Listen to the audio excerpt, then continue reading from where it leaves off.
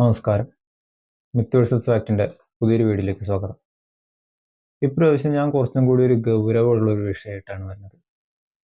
അത് വേറൊന്നല്ല, ഈ അന്ധവിശ്വാസങ്ങളിലും അനാചാരങ്ങളിലും ഒക്കെ പൂണ്ട് കിടക്കുന്ന നമ്മുടെ ഈ ഒരു രാജ്യത്തിൻ്റെയും നമ്മുടെ ഈ ഒരു കൾച്ചറിൻ്റെയും കാര്യത്തിനെ കുറിച്ചിട്ട് തന്നെയാണ്. വളർന്നു വരുന്ന കുട്ടികളുടെ ഉള്ളിൽ വരെ ഇത്തരം മതത്തിൻ്റെയും അന്ധവിശ്വാസങ്ങളും ഒക്കെ കുത്തിവെക്കണം നമുക്ക് കാണാൻ സാധിക്കും.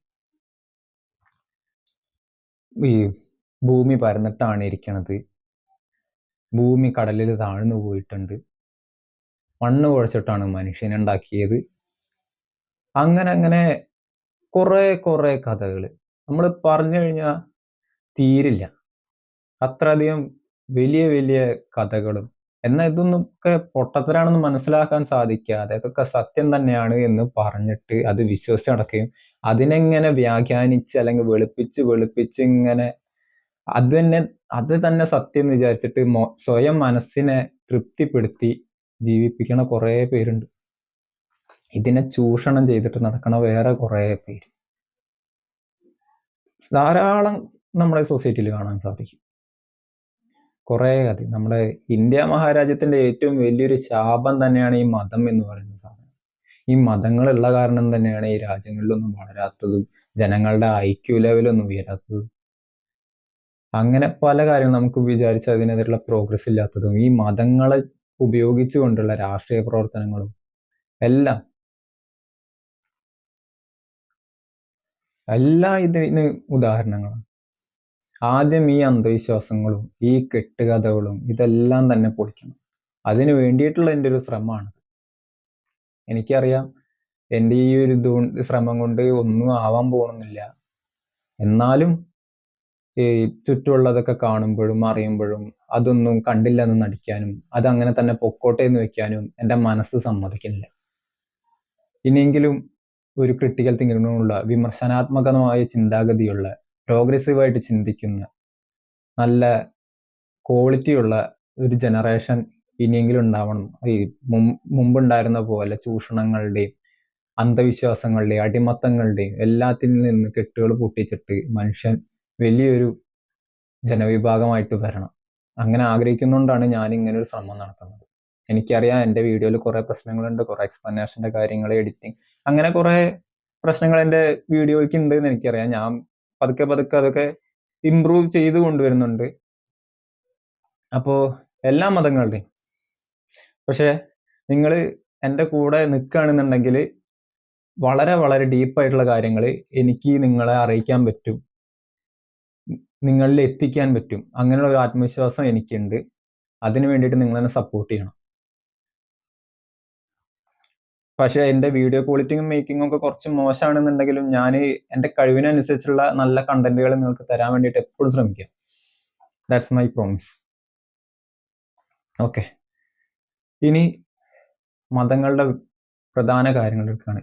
ഈ ഹിന്ദുയിസം, ഈ ഇന്ത്യയിലെ ഏറ്റവും വലിയ മതമാണല്ലോ ഈ ഹിന്ദുയിസം. ഈ ഹിന്ദുയിസം എന്ന് പറയുന്നത് ഒരിക്കലും നമ്മൾ ഉദ്ദേശിക്കുന്നത് പോലെ ഒരു സാധനമേ അല്ല, ഒരു മതമേ അല്ല. നമ്മൾ ഗൂഗിളിലൊക്കെ അടിച്ചു കൊടുത്തു കഴിഞ്ഞാൽ കാണാൻ സാധിക്കും 5000 വർഷം പഴക്കമുള്ള ആർഷഭാരത സംസ്കാരം, ധ്യാനം, യോഗ, ക്രിയ തുടങ്ങിയിട്ടുള്ള ധാരാളം ശ്രേഷ്ഠമായിട്ടുള്ള കാര്യങ്ങളൊക്കെ തന്നത് ഭാരതമാണ്. അങ്ങനെയാണ് ഇങ്ങനെയാണെന്നൊക്കെ. എന്നാൽ ഈ ഹിന്ദുയിസത്തിന് 5000 വർഷത്തോളം പഴക്കമുണ്ടോ എന്ന് ചോദിച്ചു കഴിഞ്ഞാൽ ഇല്ല എന്ന് തന്നെയാണ് ശരി. കാരണം ഹിന്ദുയിസത്തിന് ഒരിക്കലും 5000 വർഷം പഴക്കമില്ല. കാരണം ഈ ഹിന്ദുയിസം എന്ന് പറയുന്നത് ഈ ബ്രിട്ടീഷുകാർ ഉണ്ടാക്കിയെടുത്തിട്ടുള്ള ഒരു സാധനമാണ്. അന്ന് ഇന്ത്യയിൽ നിങ്ങൾക്കറിയാം, ഇന്ത്യയിൽ ധാരാളം നാട്ടുരാജ്യങ്ങളായിട്ടാണ് നിലനിൽക്കുന്നുണ്ടായിരുന്നത്. ഓരോരോ പ്രദേശങ്ങൾക്കും ഓരോരോ സമ്പ്രദായങ്ങളും ഓരോരോ വിശ്വാസ രീതികളും ഒക്കെ ആയിരുന്നു. അപ്പൊ ഈ ഓരോരോ രീതികളിലും ഓരോരോ വിശ്വാസങ്ങളും ഓരോരോ ദൈവസങ്കല്പങ്ങളിലും എന്തുണ്ടായി, ഓരോരോ ഭിന്നതകളൊക്കെ ഉണ്ടായിരുന്നു. അങ്ങനെ ഈ ബ്രിട്ടീഷുകാർക്ക് ഇതൊക്കെ കാറ്റഗറൈസ് ചെയ്യാൻ വളരെ ബുദ്ധിമുട്ടായിരുന്നു. കാരണം അനേകാണ്, ധാരാളമായിട്ടുണ്ട്, എണ്ണിയാ തീരില്ല. അങ്ങനെ ബ്രിട്ടീഷുകാർ ഇതൊക്കെ എന്ത് ചെയ്തു, ഒന്ന് സിംപ്ലിഫൈ ആക്കാൻ വേണ്ടിയിട്ട് ഈ ക്രിസ്ത്യൻസ്, ഇസ്ലാം എന്നുള്ളതൊക്കെ കൂട്ടത്തില് ഇവര് ഒരു ഹിന്ദുയിസം എന്ന് പറഞ്ഞിട്ടുള്ള ഒരു സെപ്പറേറ്റ് ഒരു സെക്ഷൻ ആക്കി ഇവർ മാറ്റുകയാണ് ഉണ്ടായിരുന്നത്. അല്ലാതെ ഒരിക്കലും ഇതൊന്നും ഒരു മതത്തിന്റെ കുടക്കീഴിലുണ്ടായിരുന്ന ഒരു കാര്യമല്ല.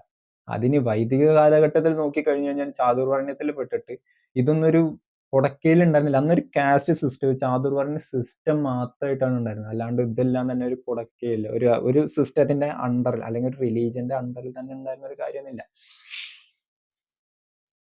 അതിൽ തന്നെ ഇന്നത്തെ ഈ സൊസൈറ്റി നമ്മൾ അനുഭവിച്ചുകൊണ്ടിരിക്കുന്ന വലിയൊരു പ്രശ്നം തന്നെയാണ് ഈ ബ്രാഹ്മണിസം എന്ന് പറയുന്ന സാധനം, ബ്രാഹ്മണിക് അസിമിലേഷൻ. ഞാൻ മുമ്പത്തെ ഒരു വീഡിയോയിൽ ഇതിനെക്കുറിച്ച് പറഞ്ഞിട്ടുണ്ട്. ഈ രാജ്യത്തിന്റെ അല്ലെങ്കിൽ നമ്മുടേതായിട്ടുള്ള ഈ തനത് സംസ്കാരങ്ങളുണ്ട്.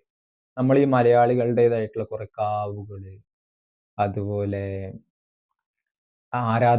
ആരാധനാലയങ്ങള്, ദൈവസങ്കല്പങ്ങള്, രീതികള്, സംസ്കാരങ്ങള്, ഇത്തരം കാര്യങ്ങളിലെല്ലാം തന്നെ ഈ ബ്രാഹ്മണ്യവും ബ്രാഹ്മണിസവും ഒക്കെ കൈയടത്തി അവരുടേതാക്കി മാറ്റുകയാണുള്ളത്. ഇപ്പോഴും നടന്നുകൊണ്ടിരിക്കുന്നത് അതാണ്. എൻ്റെ ശിവന്റെ പരിണാമം എന്ന വീഡിയോയിൽ ശിവനെ കുറിച്ച് ഞാൻ പറയുന്നുണ്ട്. ഞാനൊരു ചെറിയൊരു ഉദാഹരണം ഞാൻ പറഞ്ഞുതരാം. നമ്മുടെ ഈ പാമ്പും കാവുകള്, നമ്മുടെ ഈ കേരളത്തിലുള്ള പാമ്പും കാവുകൾ, ഇതൊക്കെ എന്ന് പറഞ്ഞു കഴിഞ്ഞാൽ കേരളത്തിലെ തനതായിട്ടുള്ള ദ്രാവിഡ ദൈവസങ്കല്പങ്ങളായിരുന്നു. ഈ ദ്രാവിഡ ദൈവസങ്കല്പങ്ങൾ എന്ന് പറഞ്ഞാൽ പ്രധാനമായിട്ടും കൃഷിയാണല്ലോ ഉണ്ടായിരുന്നത്. അപ്പൊ ഈ ഒരു കൃഷിയിൽ ഈ എലികള്, ഇങ്ങനെയുള്ള ചെറിയ ചെറിയ ജീവികളൊക്കെ, കൃഷി നശിപ്പിക്കുന്ന ജീവികളൊക്കെ രക്ഷിക്കാനായിട്ട് പിടിച്ചു തിന്നാനായിട്ട് പാമ്പുകളൊക്കെ ഉണ്ടായിരുന്നു. അപ്പൊ ഈ പാമ്പുകൾക്കൊക്കെ ഒരു ദൈവസങ്കല്പങ്ങളൊക്കെ കൊടുത്ത് അത് വളരെ പ്രാചീനമായിട്ടുള്ള ദൈവാരാധന, നാഗാരാധനകൾ, ഇത് പുരാണങ്ങളായിട്ടോ വൈദിക സംസ്കാരങ്ങളായിട്ടോ ബ്രാഹ്മണ്യമായിട്ടോ ഒരു ബന്ധവുമില്ലാത്ത ആരാധനകളാണ്. പണ്ടത്തെ ഈ പാമ്പും കാവുകളൊക്കെ കണ്ടു കഴിഞ്ഞാൽ തന്നെ നമുക്ക് മനസ്സിലാവും ഇതൊക്കെ വെറും കാടിന്റെ ഉള്ളിലും പിന്നെ പ്രകൃതിയോട് ഇണങ്ങിയിട്ടുള്ള ഒരു ജീവിത രീതി എന്നുള്ള രീതിയിലാണ് കാവുകളിലൊക്കെ ഇട്ട് ചെറിയൊരു പാമ്പിന്റെ രൂപം സ്ഥാപിച്ച് അതിന് വിളക്കൊളുത്തി ആരാധിച്ചത്. ഇങ്ങനെ ഈ വിളക്കൊളുത്തി ആരാധിക്കുക, കല്ലിനെ വിളക്കൊളുത്തി ആരാധിക്കുക എന്നൊക്കെ പറയുന്നത് ഇതൊക്കെ ദ്രാവിഡ ദൈവസങ്കല്പത്തിലുള്ളതാണ്. വൈദിക ദൈവസങ്കല്പം എപ്പോഴും ബിംബാരാധനയ്ക്ക് എതിരായിരുന്നു. ഇവരുടെ ബ്രാഹ്മണന്മാരൊക്കെ മെയിൻ പണി എന്ന് പറയുന്നത് ഈ യാഗങ്ങളും യജ്ഞങ്ങളും നടത്തുക എന്നുള്ളതാണ്. പിന്നെ ഈ ബുദ്ധ ജൈന മതങ്ങളുടെ ആവിർഭാവത്തിനൊക്കെ ശേഷം ഇതിനൊക്കെ സമന്വയിപ്പിച്ചിട്ടൊക്കെയാണ് ഇവർ ഈ താന്ത്രിക വിദ്യകൾ എഴുതുന്നതും ബിംബാരാധനകളേക്ക് കടക്കുന്നത്, അമ്പലങ്ങളിലേക്ക് കയറുന്നതൊക്കെ. അങ്ങനെ ഈ ഒരു ദ്രാവിഡ ദൈവസങ്കല്പങ്ങളൊക്കെ, ഈ നാഗാരാധനകള്, അങ്ങനെ ഈ നാഗാരാധനകളൊക്കെ ഈ സങ്കല്പത്തിലായിരുന്നല്ലോ. തുടർന്ന് ഇവരെന്ത് ചെയ്തു, ഈ ബ്രാഹ്മണന്മാരെന്ത് ചെയ്തു, ഇത് ഈ പുരാണ കഥകളുമായിട്ടൊക്കെ ലയിപ്പിച്ചു, കദ്രുവിനത തുടങ്ങിയിട്ടുള്ള പുരാണ കഥകളുമായിട്ടൊക്കെ ലയിപ്പിച്ച് ഇന്നത്തെ ഈ സാധാരണ പാമ്പും കാവുകളുള്ളത് ഇന്ന് ബ്രാഹ്മണരുടെ ക്ഷേത്ര കൊട്ടളങ്ങളാക്കാവുന്നു. അതായത് ഒരു പ്രാചീന ദ്രാവിഡ സംസ്കാരത്തെ വൈദിക സംസ്കാരമാക്കിയിട്ട് ഇവർ സ്വാംശീകരിച്ചുകൊണ്ടിരിക്കും. ഇത് പാമ്പും കാവുകളുടെ മാത്രം കാര്യം. അഷ്ടമംഗല പ്രശ്നം, പ്രേത വേർപാട്, അങ്ങനെ കുറെ കാര്യങ്ങളിലൂടെ ഈ ഒരു കൾച്ചറുകൾ നമ്മൾ ഈ ബ്രാഹ്മണിസം അവരുടേതാക്കി മാറ്റിക്കൊണ്ടിരിക്കുകയാണ്. ഇനി ഹിന്ദുയിസം, ഇതൊന്നും നമ്മളൊന്നും ഹിന്ദുയിസത്തിൽപ്പെട്ടവരല്ല എന്നൊക്കെ ഞാൻ പറയുന്നില്ലേ. ഞാൻ സിമ്പിളായിട്ടൊരു ചോദ്യം ചോദിക്കാം. ആദിവാസി ഗോത്ര വിഭാഗങ്ങളുണ്ടല്ലോ, ഈ ആദിവാസി ഗോത്ര വിഭാഗങ്ങൾ മലയർ, മലാരയർ, കുറവർ, ഇരുളർ, അങ്ങനെ കുറെ ഗോത്ര വിഭാഗങ്ങളുണ്ടല്ലോ. ഇവരൊക്കെ ഹിന്ദുക്കളാണ് എന്നാണ് ഒരു വിചാരം. എന്നവർ ഹിന്ദുക്കളാണ്? ഇവർ ഹിന്ദുക്കളല്ല. ഇവരൊക്കെ തദ്ദേശീയ ഗോത്ര വിഭാഗങ്ങളാണ്, ഇൻഡിജിനസ് ട്രൈബ്സ് ആണ് അവരൊക്കെ. ഇവരൊരു ശരിക്കും ഒരു ഹിന്ദുയിസത്തിന്റെ ഒരു അണ്ടറിൽ വരുന്ന ആൾക്കാരല്ല.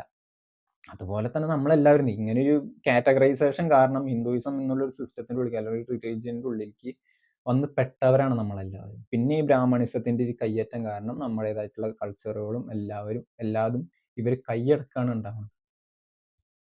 പല പല ദൈവസങ്കല്പങ്ങളെല്ലാം ഇവരുടെ ദൈവങ്ങളായിട്ട് കണക്ട് ചെയ്യാനുള്ളത്. മുമ്പത്തെ വീഡിയോയിൽ ഞാൻ പറഞ്ഞ പോലെ സംഘകാല ദൈവങ്ങളായിട്ടുള്ള മായോൻ, ചേയോൻ, കൊട്രവൈ, ആലമർ സെൽവൻ തുടങ്ങിയിട്ടുള്ള സംഘകാല ദേവതകളൊക്കെ ഇവരുടെ വൈദിക ദൈവസങ്കല്പങ്ങളായിട്ട് കണക്ട് ചെയ്യാണ് ഉണ്ടായത്. അത് സ്കന്ദനെ മുരുകനാക്കി ലയിപ്പിച്ചു, ആലമർ സെൽവനെ ശിവനാക്കി ലയിപ്പിച്ചു, ദുർഗയെ കൊട്രവയെ ലയിപ്പിച്ചു, മായോനെ വിഷ്ണുവായി ലയിപ്പിച്ചു. അങ്ങനെ ധാരാളം ലയനങ്ങൾ നമുക്ക് കാണാൻ സാധിക്കും. എണ്ണിയാ തീരില്ല. ഞാൻ ഏറ്റവും ആദ്യം എനിക്ക് ഇങ്ങനെ ഒരു സ്റ്റാർട്ടിങ് ഉണ്ടായിരുന്നുള്ളൂ. പക്ഷെ പിന്നെ 1 2 ദൈവങ്ങളെ കുറിച്ച് മാത്രമേ ഞാൻ വിചാരിച്ചുള്ളൂ. പക്ഷേ ഇതിലേക്ക് ഞാൻ ആഴ്ന്നിറങ്ങിയപ്പോഴാണ് ഇതിന്റെ ഒരു ഗൗരവം എനിക്ക് മനസ്സിലായത്. നമ്മൾ ഇന്ന് ഈ കാണുന്ന ദൈവങ്ങളെല്ലാം തന്നെ ഒന്നൊഴിയാതെ എല്ലാം തന്നെ മറ്റുള്ള സംസ്കാരങ്ങളിൽ നിന്ന് ഈ വൈദിക സംസ്കാരം കടമെടുത്തിട്ടുള്ളതാണ്. അല്ലെങ്കിൽ അവരുടേതാക്കി മാറ്റിയെടുത്തിട്ടുള്ളതാണ്. അതും പോരാഞ്ഞിട്ട് ഇവരുടെ പണ്ടത്തെ ജാതി വ്യവസ്ഥ. നമ്മൾ ഈ അമ്പലത്തിലൊക്കെ പോയി കഴിഞ്ഞു കഴിഞ്ഞാൽ പ്രസാദമൊക്കെ വാങ്ങിക്കണത് ഇന്നും മുതലാളി അടിയാന്മാരിങ്ങനെ കുമ്പിട്ട് നിന്നിട്ട് കൈ ഇങ്ങനെ മടക്കിയിട്ടാണ്. അവരെ തൊടാൻ പാടില്ല. തൊട്ട് കഴിഞ്ഞാൽ അശുദ്ധിയാവും. ഈ പൂജാരിമാരൊക്കെ തൊട്ട് കഴിഞ്ഞാൽ അശുദ്ധിയാവും എന്ന് പറയണത് ഈ പണ്ടത്തെ ജാതി വ്യവസ്ഥയുടെയാണ്. അപ്പൊ ഇവര് മറ്റൊരു ന്യായമായിട്ട് വരും. അത് അമ്പലത്തിൽ പൂജ ചെയ്യുമ്പോൾ മാത്രമേ ഉള്ളൂ. അല്ലാത്ത സമയങ്ങളിൽ തൊടണോണ്ടൊന്നും കുഴപ്പമില്ല. ഇത് ശാന്തികർമ്മം ചെയ്യുമ്പോഴൊക്കെയാണ് അങ്ങനെ ശുദ്ധിയായിരിക്കേണ്ടത്. താന്ത്രിക വിധികൾ ചെയ്യണതല്ലേ. അപ്പൊ ശുദ്ധി ആവശ്യമുണ്ട് എന്നൊക്കെയുള്ള മൊടന്തൻ ന്യായങ്ങളായിട്ട് വരും. നിങ്ങൾ നോർത്ത് ഇന്ത്യയിൽ കേദാർനാഥ്, അമർനാഥ് ഇല്ല, കേദാർനാഥ്, അങ്ങനെ പല ജ്യോതിർലിംഗങ്ങളൊക്കെ ഉണ്ട്, ക്ഷേത്രങ്ങളൊക്കെ ഉണ്ട്. ജ്യോതിർലിംഗങ്ങൾക്ക് തന്നെ പോകണമെന്നില്ല. നോർത്ത് ഇന്ത്യയിലേക്കുള്ള പ്രധാനപ്പെട്ട ക്ഷേത്രങ്ങളിലൊക്കെ കണ്ടു കഴിഞ്ഞാൽ തന്നെ നമുക്ക് കാണാൻ സാധിക്കും അവിടുത്തെ ബിംബങ്ങളിലും ശിവലിംഗത്തിലൊക്കെ ജനങ്ങൾ തന്നെ തൊട്ട് തൊഴുകയും കെട്ടിപ്പിടിക്കുകയും പൂക്കളൊക്കെ ഇടുന്നതൊക്കെ. അപ്പൊ അവിടെ ഈ പ്രതിഷ്ഠകൾക്ക് ജനങ്ങൾക്ക് തൊട്ട് വണങ്ങാന്നുണ്ടെങ്കിൽ ഇവിടെ എന്തുണ്ടായിക്കൂടാ? പിന്നെ അവിടുത്തെ താന്ത്രിക വിധി വേറെയാണ്, ഇവിടുത്തെ താന്ത്രിക വിധി വേറെയാണ്. അങ്ങനെയുള്ള ന്യായങ്ങളൊന്നും പറയാൻ പറ്റില്ല. കാരണം എല്ലായിടത്തും താന്ത്രിക വിധികളൊക്കെ എഴുതിയിട്ടുള്ള ശങ്കരാചാര്യരായിരുന്നു. അപ്പോ പിന്നെ ഇത്തരം അന്ധവിശ്വാസങ്ങളും കാര്യങ്ങളൊക്കെ നമ്മൾ ഈ ഒരു ബ്രാഹ്മണിക സ്വാംശീകരണം നമ്മുടെ ഡെയിലി ലൈഫ് എങ്ങനെ എത്രത്തോളം കൈയടക്കിയിട്ടുണ്ടെന്ന് നമ്മൾ മനസ്സിലാക്കണം. ഒരു കല്യാണത്തിന് പോയി കഴിഞ്ഞു കഴിഞ്ഞാൽ നമ്പൂതിരി വേണം പൂജ നടത്താനും കാര്യങ്ങൾക്കൊക്കെ. എന്ന് മുതലാണ് ഈ നമ്പൂതിരിമാരൊക്കെ ഈ കല്യാണത്തിനൊക്കെ വന്ന് പൂജ നടത്താനൊക്കെ തുടങ്ങിയത്? എൻ്റെ അമ്മ പറഞ്ഞിട്ടുണ്ട്, എൻ്റെ അച്ചാച്ചനൊക്കെ അമ്മമ്മയുടെ വീട്ടിൽ പോയിട്ട് പൂമാല ഇട്ടിട്ട് കുറച്ച് പേർക്ക് ഭക്ഷണം കൊടുത്തിട്ട് വരികയാണ് ഉണ്ടായത്. പണ്ടത്തൊക്കെ കല്യാണം അങ്ങനെയായിരുന്നു. സംഘകാലങ്ങളിലേക്ക് പോകാം. സംഘകാലങ്ങളിലേക്ക് പോയി കഴിഞ്ഞു കഴിഞ്ഞാൽ ഈ നഗരത്തിന്റെ ഒരു മധ്യത്തിൽ അന്നത്തെ ഗ്രാമത്തിന്റെ ഒരു സെന്ററിൽ വലിയ ഏതൊരു പ്രധാനപ്പെട്ട സഭ നടത്തുന്ന മരങ്ങളൊക്കെ ഉണ്ടായിരിക്കും. അവിടെ പ്രണയിക്കുന്ന കമിതാക്കൾ വരിക, കുറച്ച് ആൾക്കാരുണ്ടാവും, അവരുടെ മുമ്പിൽ വെച്ചിട്ട് മാല ഇടുക, ജീവിതം തുടങ്ങുക. അത്ര തന്നെ ഉണ്ടായിരുന്നുള്ളൂ.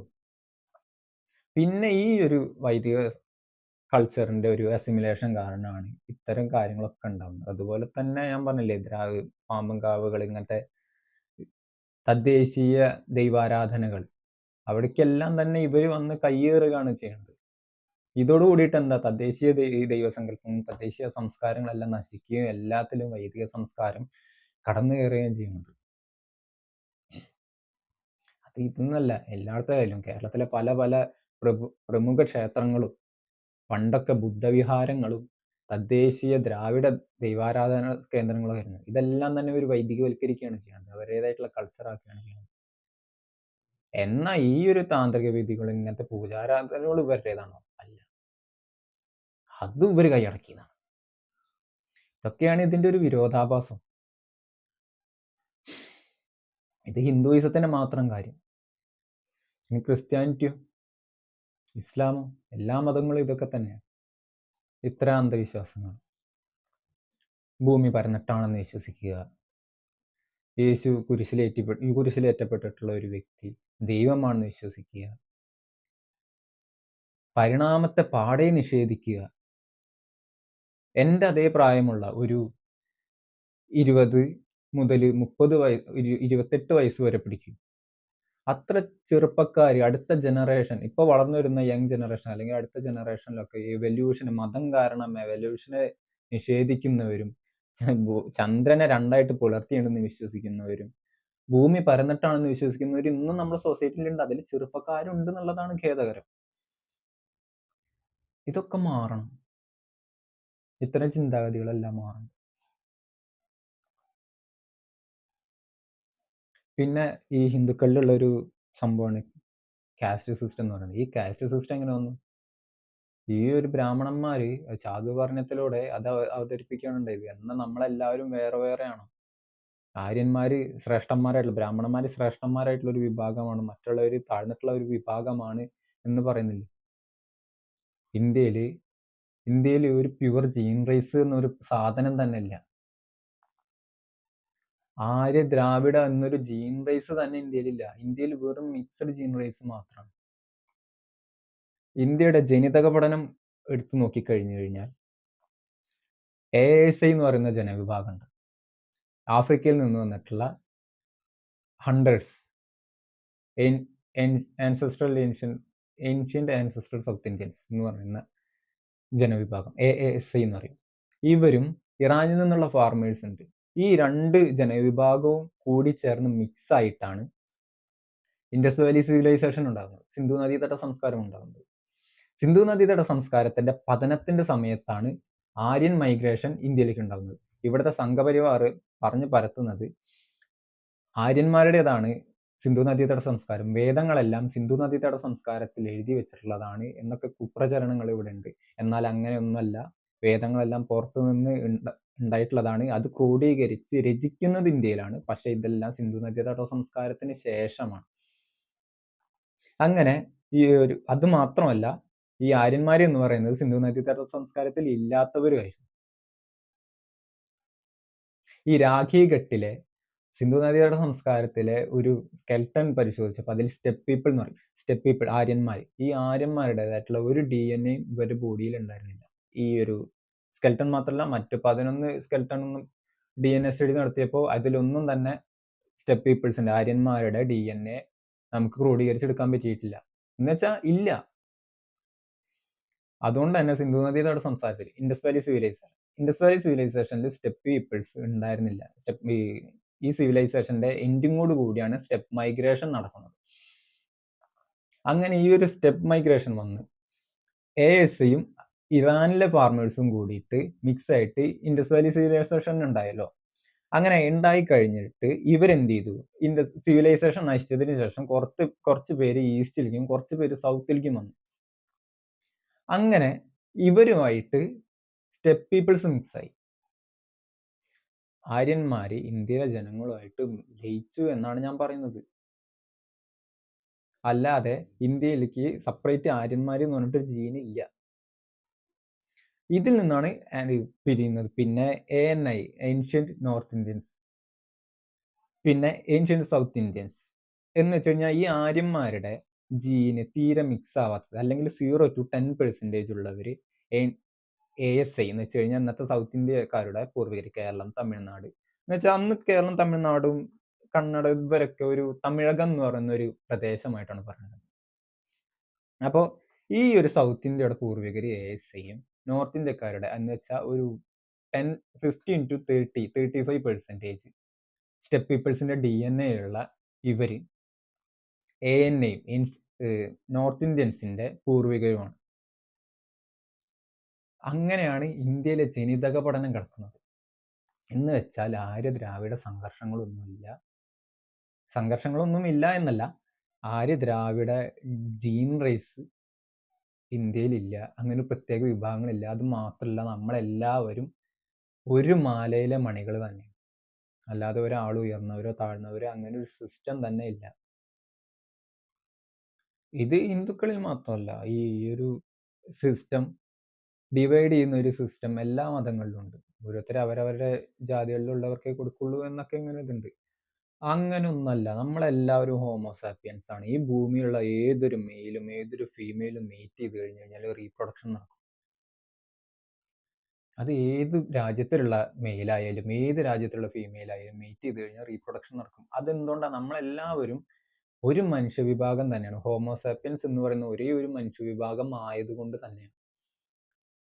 ഇതിനെല്ലാവരും ഓരോരുത്തരും ഓരോ ആവശ്യങ്ങൾക്കായിട്ട് ഡിവൈഡ് ചെയ്ത് ഇത് കൊണ്ടുപോവുകയാണ് ചെയ്യുന്നത്. അപ്പോൾ നിങ്ങൾക്കറിയാം, ഇത് ചിലപ്പോൾ ഒരു ബോറടിക്കാവുന്ന സബ്ജക്റ്റ് ആയിരിക്കും. ഞാൻ അടുത്ത വീഡിയോ തൊട്ടിട്ട് ഹിന്ദുയിസത്തിന്റെ വലിയൊരു സീസൺ സ്റ്റാർട്ട് ചെയ്യാണ്. ഹിന്ദുയിസം എന്താണെന്നും അതിലെ ഓരോന്നും എന്താണെന്നും അതിലെ കടുകുമണി വരെ ഞാൻ പുറത്തേക്കെടുത്ത് നിങ്ങളുടെ മുന്നിൽ അവതരിപ്പിക്കാം. ഹിന്ദുയിസം മാത്രം ഞാനൊരു സീസണായിട്ട് ചെയ്യും.